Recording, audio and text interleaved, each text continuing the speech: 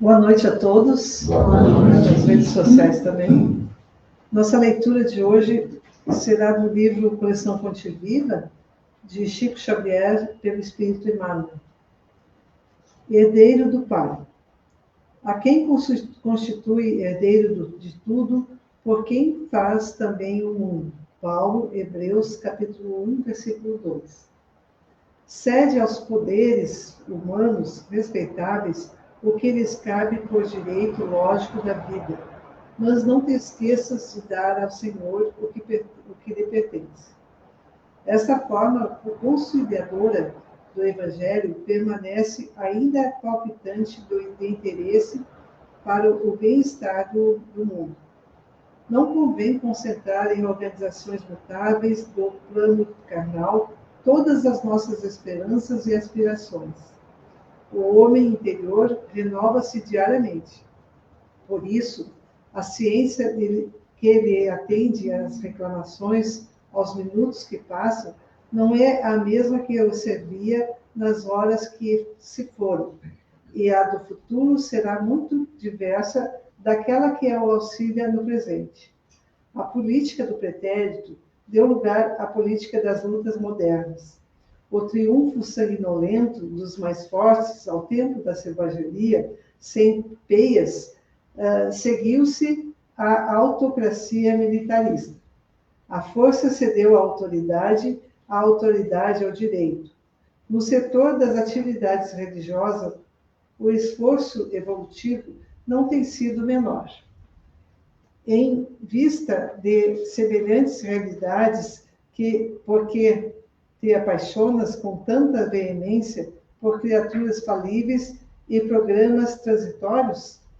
Os homens de hoje, por mais veneráveis, são herdeiros dos homens de ontem, empenhados na luta gigantesca pela redenção de si mesmos.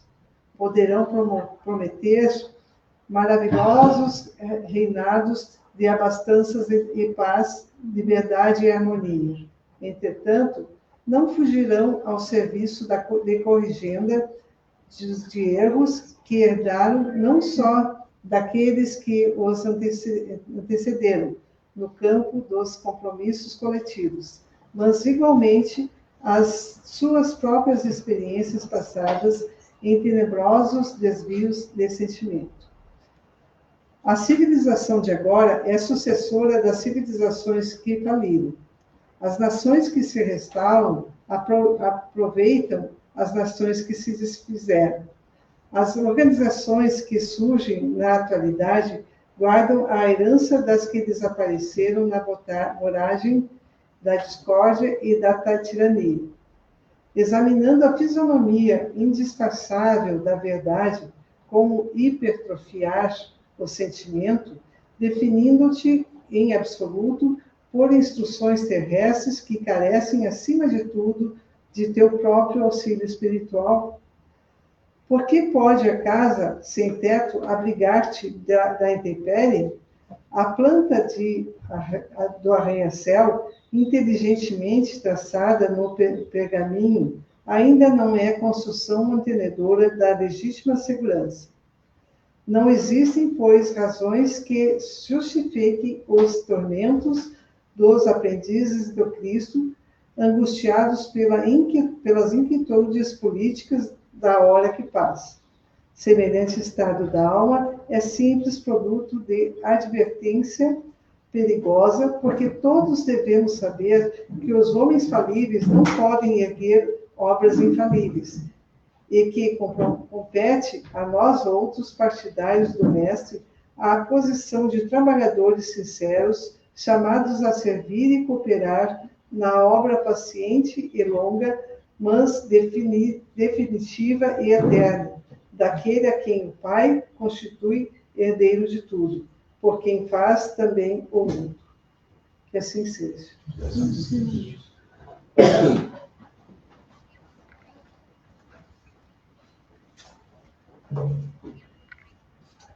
Boa noite aos presentes, boa noite à nossa plateia espiritual e boa noite a você que nos acompanha pelas redes sociais.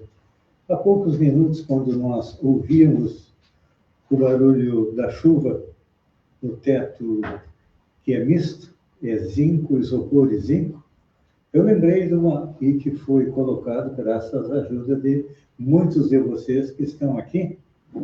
Eu lembrei de uma passagem do livro O Semeador de Estrelas, da Sueli Caldas Schubert, que conta fatos que aconteceram com Divaldo Pereira Franco, que retornou no ano passado à pátria espiritual. E tem uma passagem interessante. Divaldo estava fazendo um tour com palestras pela América Central e disseram a ele que ele iria proferir a palestra no Palácio de Metal. E ele ficou pensando, no Palácio de Metal? O que é isso? Não era nada mais, nada menos do que um galpão feito com zinco nos lados e também no teto. Diz ele que quando chovia, não conseguia ouvir a voz do orador. Nós aqui, graças a Deus, o ruído foi pouco.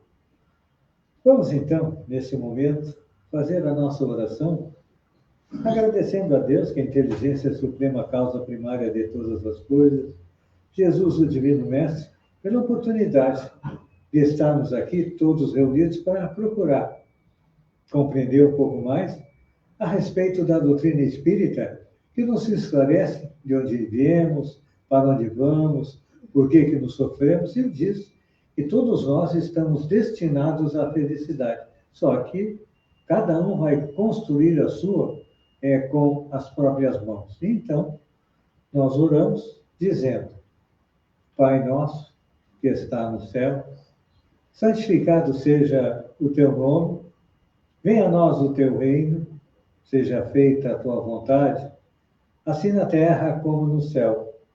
O pão nosso de cada dia nos dá hoje, o pão do corpo, mas principalmente o pão do Espírito.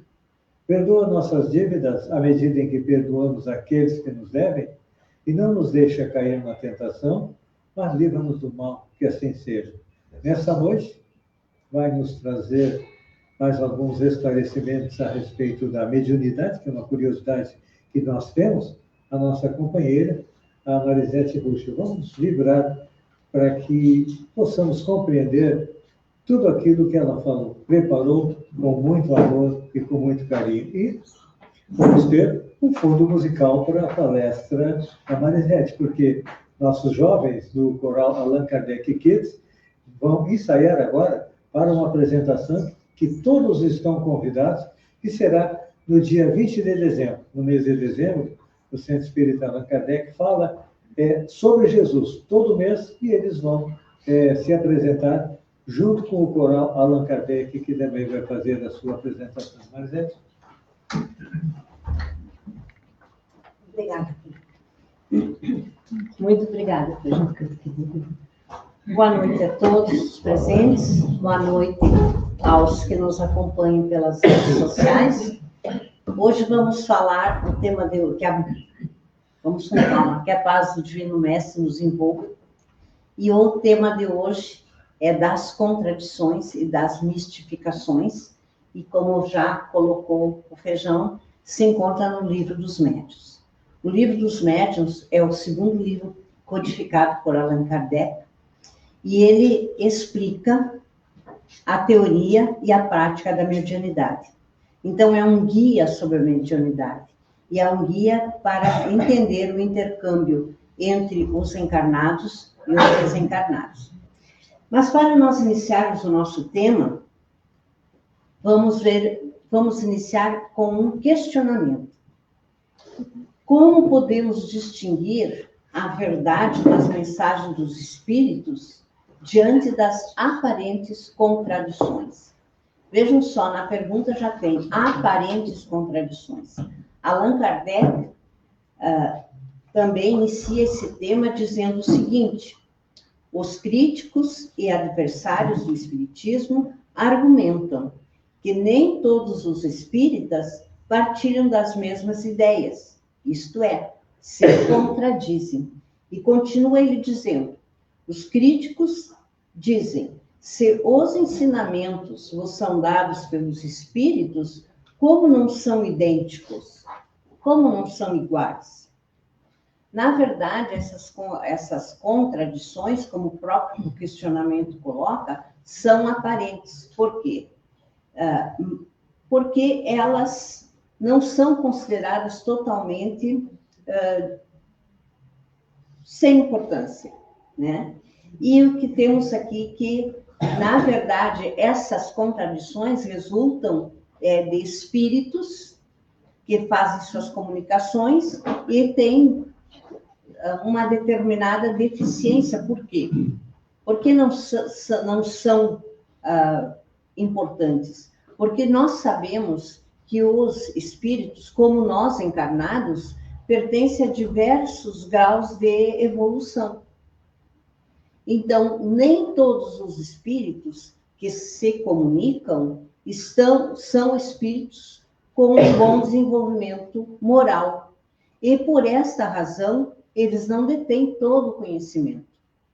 E, em função disso, eles trazem mensagens que são, talvez, contraditórias. E ainda, nós, os encarnados que recebemos essas comunicações, nem todos também têm um bom grau de evolução moral.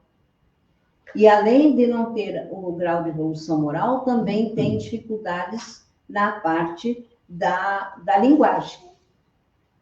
Mas essas contradições são de duas origens.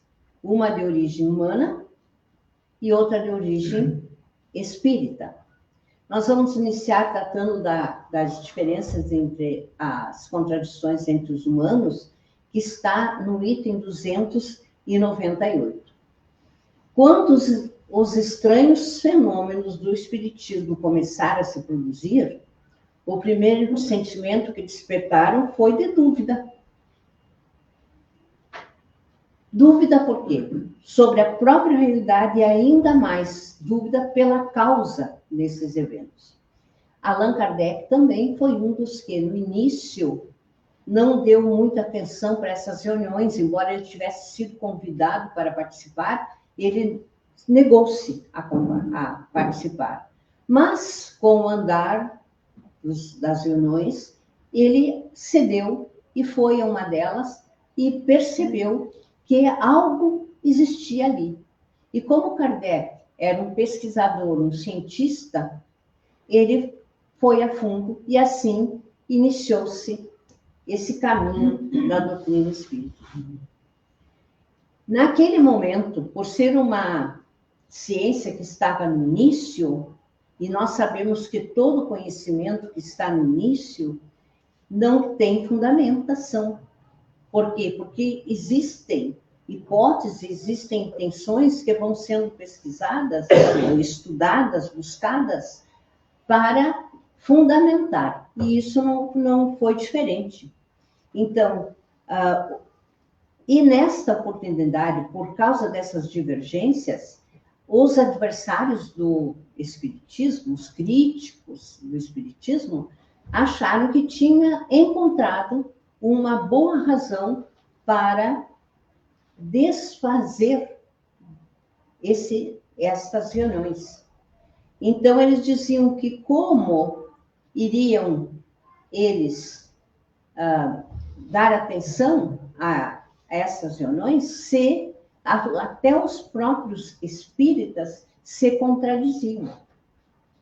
Na verdade, não era uma razão tão forte assim quanto pensava. E como eu disse para vocês, que todo início de uma nova ciência, ele é pautado em passos incertos. Com o andar dos estudos e das reuniões, vão se comprovando. E à medida que esses fatos se completavam e eram melhor observados, as primeiras ideias de achar que não era importante, que eram contradições, que não se entendiam, foram se apagando. E passou, então, a haver uma unidade, pelo menos sobre os pontos fundamentais da doutrina, houve uma unidade.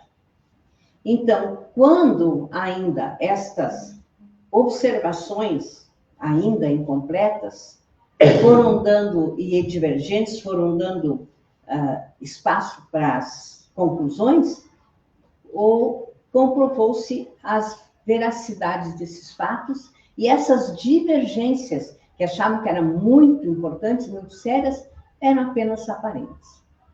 E foram se esclarecendo. Pode-se dizer que hoje, quanto aos princípios gerais, fundamentais da doutrina, a maioria dos espíritos são de acordo. As contradições agora de origem espírita, esse está no item 299, né? Mas para nós entendermos essas divergências da origem dos espíritos, temos que, primeiramente, entender como funciona a natureza da vida espiritual, desse mundo invisível. E para isso que precisamos estudar. Temos que estudar muito para entendermos a natureza desse mundo invisível, da espiritualidade. Mas daí, pode parecer estranho, nos chama a atenção dizer, mas como? Nós encarnados não sabemos tudo, mas como que um espírito que está na erraticidade não tem todo esse conhecimento? Como já disse anteriormente, vai apenas depender da evolução de cada um. Nós encarnados, nós todos aqui nesta sala, não temos o mesmo nível espiritual evolutivo. Não temos. Por quê? Porque uns têm mais vivência que outros, são espíritos mais novos, outros mais antigos, e assim ocorre. Na espiritualidade, na erraticidade, acontece a mesma coisa. Como esses espíritos estão em patamares diferentes, não se sabe realmente todo o grau de conhecimento, e conforme a evolução espiritual, a evolução moral do espírito, ele vai entender mais ou vai entender menos, né? Então, em razão disso, há essa divergência. Se todos tivessem o mesmo desenvolvimento, se todos soubessem da mesma maneira tudo o que acontece, todos teriam que estar no mesmo patamar evolutivo. Deveriam ser todos espíritos perfeitos, e a gente sabe que assim não é. Então, daí vem as contradições entre os espíritos. Para que possamos distinguir o verdadeiro do falso, o bom do mal, devemos estar atentos às instruções, e só aprendemos isso estudando e observando. Não podemos esquecer que entre os espíritos, como entre os homens, há falsos sábios, semi-sábios, orgulhosos, presunçosos, e os sistemáticos, quer dizer, os metódicos. Somente os espíritos perfeitos tudo podem conhecer. Os demais, como nós, explicam os mistérios à sua maneira, segundo suas ideias, e sobre as quais podem dar opiniões mais ou menos justas e claras.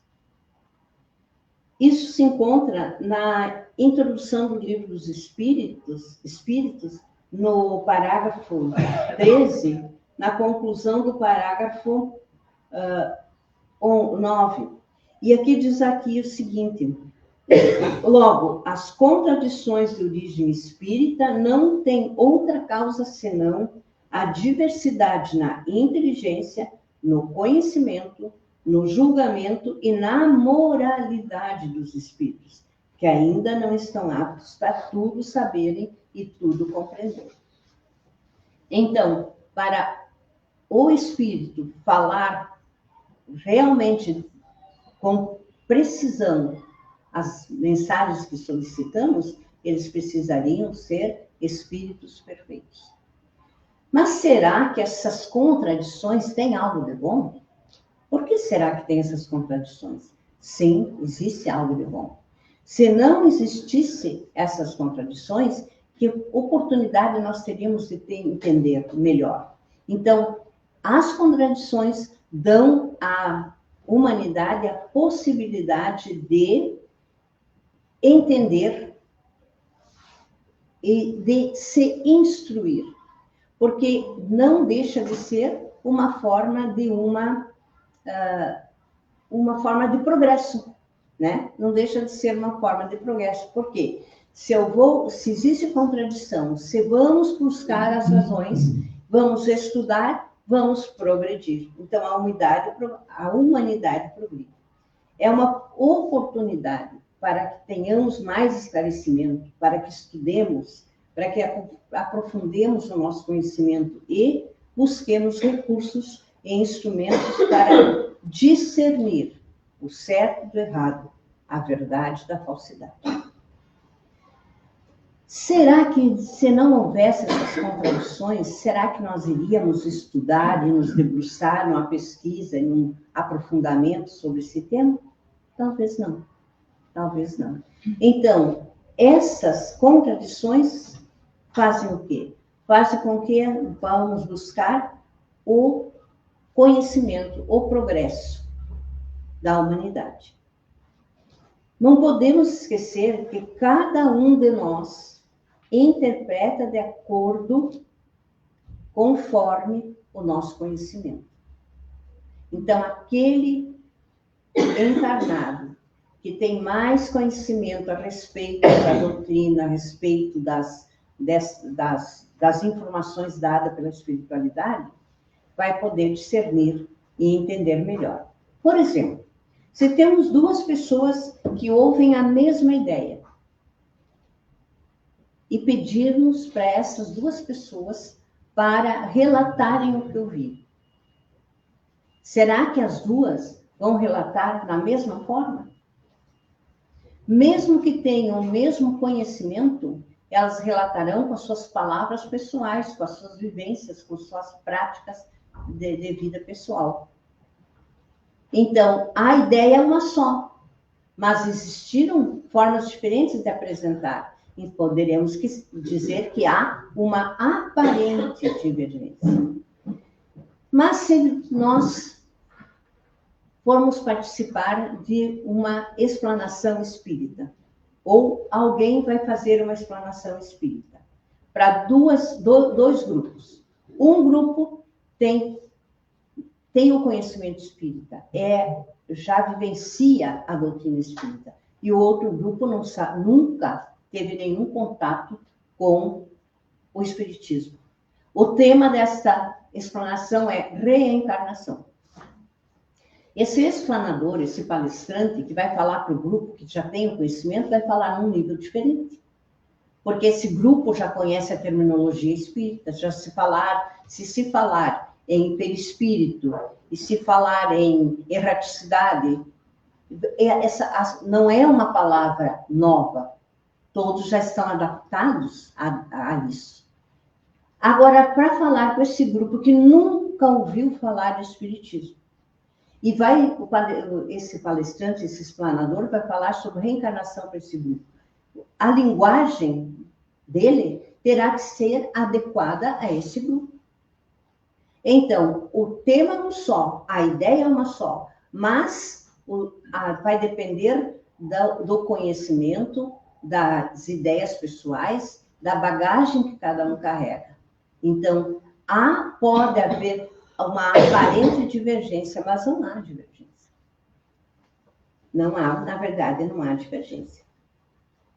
Mas vamos nos perguntar, para que serve o ensinamento dos espíritos se não oferece mais certeza do que o ensinamento humano? Por que vamos buscar o ensinamento dos espíritos se existe a divergência? Fácil resposta. Se não aceitamos com igual confiança o ensinamento dos homens, entre duas doutrinas, damos preferência àquela cujo autor nos inspira mais confiança, pela sua capacidade, pelo seu conhecimento, é preciso agir de igual modo com os espíritos. Então, não é qualquer espírito que chega para passar uma mensagem que vamos tomar como verdadeira, né? Se entre os espíritos há os que não estão acima da humanidade, porque depende não estarão acima da humanidade. Por quê? Porque tem a evolução espiritual ainda inicial. Há muitos espíritos que ultrapassam a humanidade, porque têm mais desenvolvimento, têm mais vivência, são espíritos mais evoluídos, e esses podem nos dar muitas instruções que não encontraríamos entre os homens mais instruídos. Então, tudo está baseado na evolução moral e espiritual de cada um, tanto do encarnado quanto do espírito. Se não é dado aos espíritos tudo saberem, por quê? Por causa do seu grau de evolução, com mais forte razão isso ocorre entre os homens, entre nós encarnados. Não conhecemos tudo, né? Há respostas que alguns espíritos desconhecem por ignorância, e quando dão respostas baseadas em suas opiniões pessoais, não são verdadeiras, às vezes não são verdadeiras. Assim não podemos considerá-las. São opiniões pessoais que os espíritos orgulhosos dão como verdades absolutas. Então, aquele espírito que ainda tem esta, vamos dizer, esta imperfeição, o orgulho, e ele não quer admitir que ele não sabe, ele dá uma resposta que ele acha que é, e muitas vezes não é verdadeira. Sobretudo com a relação ao que deve ficar oculto. Tem coisas que nós não podemos e nem devemos saber. Por exemplo, o futuro, o princípio das coisas, né? Então, eles querem dizer que eles sabem que eles têm conhecimento desses segredos divinos para quê? Por vaidade, né? Os critérios que usamos para comparar opiniões no plano terreno é o mesmo que devemos usar para o plano espiritual. E aqui temos uma nota no Livro dos Médiuns de Allan Kardec, que nos diz o seguinte: as contradições que se apresentam nas comunicações espíritas podem prender-se às seguintes causas. Então, o que causa estas contradições? A ignorância de certos espíritos, por quê? Por causa da evolução moral. A fraude de espíritos inferiores, que por malícia ou por maldade, dizem o contrário do que disse noutra parte, o espírito do qual usurpam o nome. Então, vamos dizer assim, eu sou, o espírito dizendo, eu sou Bezerra de Menezes, e vai dar uma comunicação. Bezerra de Menezes não vai estar chegando a todo lugar assim. Então, usa o nome de um espírito de renome por vaidade, né? Outro caso das contradições também temos ali, ó, a insuficiência da linguagem humana, foi o que eu coloquei já anteriormente. A insuficiência dos meios de comunicação, que não permitem sempre ao espírito exprimir todo o seu pensamento. Enfim, a interpretação daí fica inadequada. Então, para controlar tudo isso, diz Kardec, o estudo, a observação, a experiência e a abnegação de todo sentimento de amor próprio devem ensinar a distinguir essas diversas nuances. Então, aqui Kardec dá um roteiro para nos protegermos quanto a estas contradições. Agora vamos tratar das mistificações. Então, as mistificações, o que é a mistificação sobre o viés espírita? A mistificação refere-se a qualquer forma de enganação.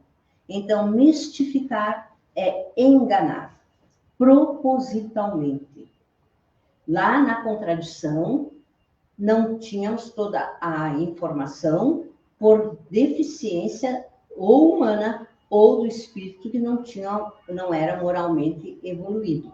Mas aqui na mistificação é intencionalmente se vai enganar, né? Então, seja por parte de espíritos zombeteiros, aqueles que querem brincar conosco, por parte de médiuns inescrupulosos que existem, né? Ou por uma combinação de ambos, com o objetivo de iludir os participantes. Então, ou só espírito, ou o encarnado, ou os dois. O item 1, temos a seguinte pergunta aos espíritos: haveria um meio de se preservar das mistificações? Diz os espíritos: sim, há para isso um meio simples, que é o de não pedir ao espiritismo senão aquilo que pode vos dar. Então, o que quer dizer isso? Quer saber o que vai acontecer no futuro, se vai viajar, se vai enriquecer-se. Então, isso não tem intenção, não tem porquê um espírito ficar se ocupando com isso, né? Então, não temos que perguntar isso. Seu objetivo é o melhoramento moral da humanidade. Esse é o objetivo dos espíritos. Enquanto não vos afastardes disso, jamais sereis enganados, porque não há duas maneiras de se compreender a verdadeira moral, a que todo homem de bom senso pode admitir. Então, não vamos perguntar futilidades, não vamos querer saber de honrarias, de benefícios, porque não tem sentido nenhum. O papel dos espíritos é nos guiar com segurança no que pode ser útil. Se não é útil, para quê? Se estamos preocupados com adivinhações, é certo que seremos enganados. Mas quem são os mistificadores? São entidades, então, quem são os enganadores, vamos dizer assim? São entidades de baixa evolução moral. Vejam só, a todo momento se cita a mesma coisa. A evolução moral do encarnado ou do espírito. Isso que prevalece. Então, são entidades de baixa evolução moral que se fazem passar por espíritos superiores, por guias ou por pessoas conhecidas com o objetivo de enganar, semear confusão, obter atenção ou satisfazer paixões inferiores.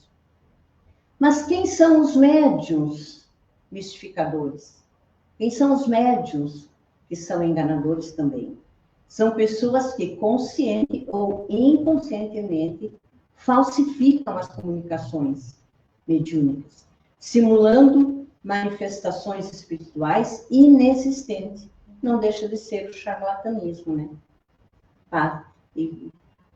Faz uma adivinhação e quer, na verdade, apenas ganhar vantagem. E temos a terceira, ou é só espírito, ou médium, ou ainda, temos ainda a combinação de ambos.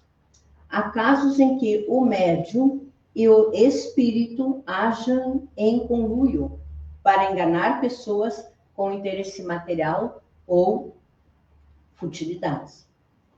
No item 2, ainda desse item maior, 313, por que Deus permite que pessoas sinceras e que aceitam o espiritismo de boa fé sejam mistificadas?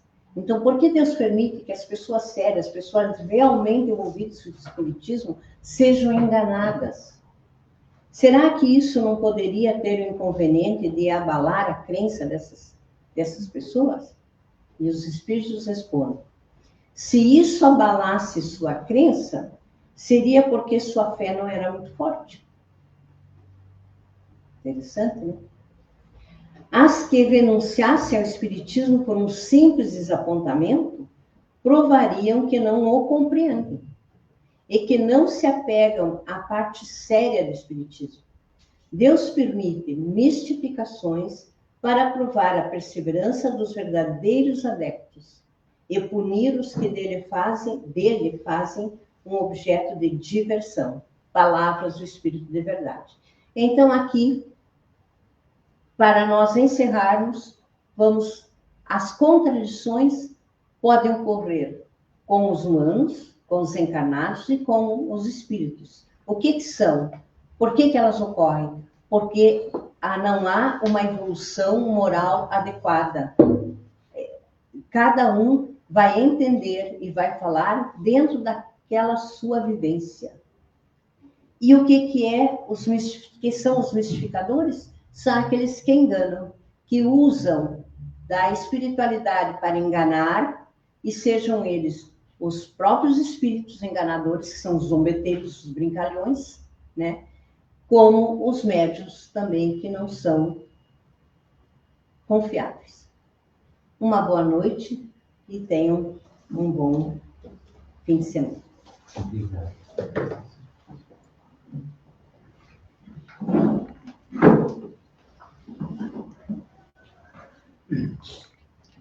Obrigado, Marisete. Eu que agradeço a oportunidade. Foi muito instrutivo para nós, não foi? Para a gente compreender melhor que os espíritos não são diferentes de nós. Entre nós existem mentirosos, enganadores, e entre os espíritos também a mesma coisa. Então, o importante é o que é? A gente usar o nosso discernimento para tentar tirar a verdade da mentira. No início, nós orávamos por nós. Agora, vamos praticar a caridade. Mas antes da nossa oração, nesse momento, junto de cada um dos presentes aqui, e também nas casas onde estão nos acompanhando, nós temos os nossos trabalhadores da espiritualidade que vão doar energias. É o passe que cada um vai receber, e o importante é que o passe dos espíritos é bem melhor do que o passe dos médiuns, não é? Porque eles sabem quais são as nossas reais necessidades. Então, muitas vezes estamos com problema no estômago, recebemos um passe no estômago. Estamos com problema no fígado, os espíritos trabalham no nosso fígado. Então, nesse momento, cada um está recebendo as energias que necessita e vamos fazer a oração. E Jesus nos ensinou há 2000 anos atrás, agradecendo não só a informação, mas também o passe que estamos recebendo. E dizemos: Pai nosso, que está no céu, santificado seja o teu nome, venha a nós o teu reino, seja feita a tua vontade, assim na terra como no céu. O pão de cada dia nos dá hoje, o pão do corpo, mas principalmente o pão do espírito. Perdoa nossas dívidas à medida em que perdoarmos aqueles que nos devem, e não nos deixa cair na tentação, mas livra-nos do mal, que assim seja. E encerrando, nós convidamos a todos, amanhã à noite, às 19 horas, nós temos o nosso Evangelho aqui no Centro Espírita Allan Kardec, e no próximo sábado, mais uma exposição doutrinária para a gente compreender um pouco mais o Espiritismo. Que a paz esteja com todos e até a próxima.